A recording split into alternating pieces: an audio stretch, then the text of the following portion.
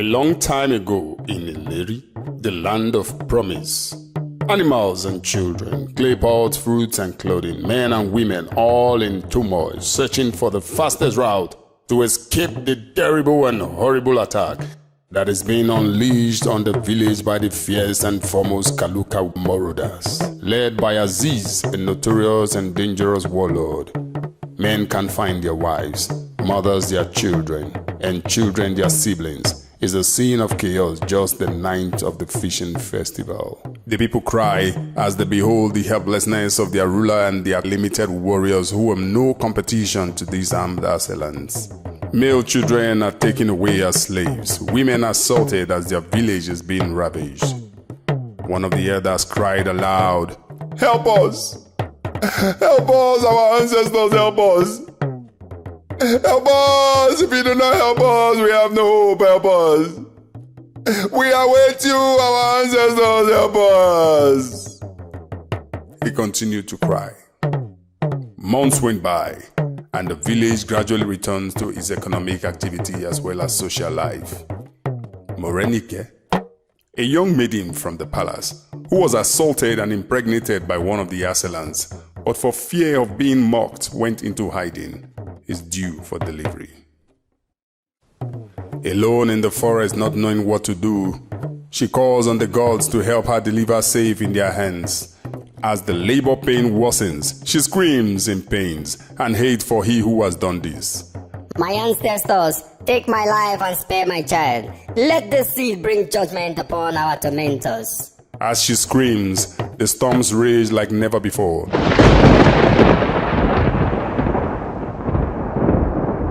Lightning strikes the earth with such ferocity that the elders claim it is Sango, the Yoruba god of thunder and lightning, unleashing his wrath.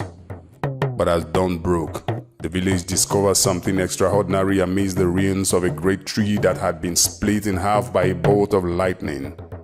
"What is this?" they all say. "Oh, a baby." A baby girl wrapped in leaves, her eyes bright as the sun. As the brilliant flashes of lightning lit up the surroundings, and weary of the wonderful storm's reach, the villagers sought shelter. The village warriors hastened to seek Otumba, the oldest shaman of the village. Known for his deep understanding of the elements and his experience during times of Sango's great display of power, they hoped he could offer wisdom and guidance in the face of such nature's manifestations. Moved by the miraculous circumstances of his discovery, Otumba gently cuddled the baby, seeing her as a divine blessing bestowed upon the village in a moment of renewal and hope. And with a sense of reverence, he named her ADEOLA, which means crown of wealth. From the day she was found, ADEOLA grew with an uncanny connection to the elements. Thunder would roll in the distance whenever she cries, and the skies would clear when she laughs. The villagers knew she was no ordinary child, but they kept their distance, fearing the wrath of Sango for meddling with his chosen. As ADEOLA grew into her teenage years, her powers became more pronounced. She could call upon the lightning to strike where she pointed, and her voice could command the wind. She practiced in secret, honing her abilities within the forest shadows, hiding from prying eyes. When Otumba makes her weed the farms, she uses her powers to achieve these within a second. Years passed. The leader of the Kaluka marauders, Aziz, had heard of whispers of a girl with power over lightning, and he wanted to capture her to exploit her abilities for his own dark purposes, so he planned to return.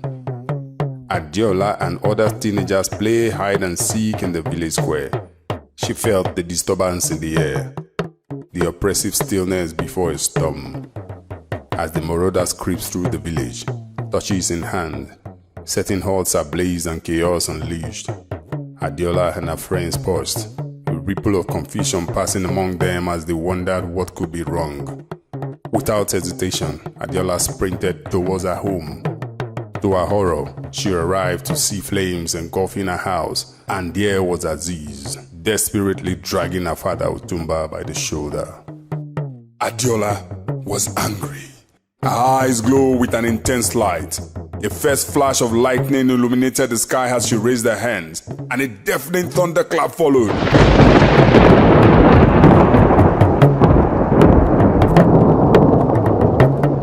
The villagers, terrified, watched as the storm descended upon the marauders with unprecedented fury. Adeola's power was like nothing they had ever seen. Lightning struck with deadly precision, disarming and scattering the marauders. Aziz charged at Adeola, but a bolt of lightning sent him flying back into the darkness. Adeola pursued him, her hands raised high, ready to exact vengeance for the atrocity he had committed against her family and village. As she summoned the lightning to strike down Aziz, who lay prostrate on the ground, Otumba's voice tore through the air, a desperate echoing screams, "No!"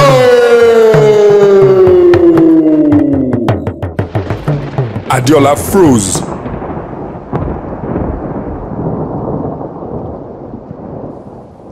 Her expression etched with confusion and disbelief, silently questioning why she should spare the life of a man capable of such evil. With agony in every breath, a faint voice whispered, "He is your father."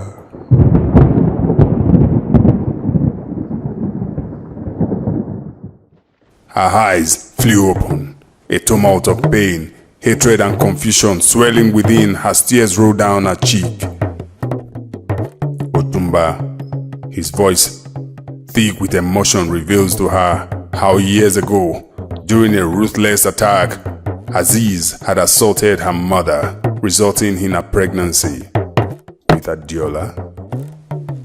As he spoke, the sparkles of lightning in the sky begins to fade, mirroring the deepening complexity of Adeola's emotions. Adeola, not knowing what to do, with mixed feelings, she runs.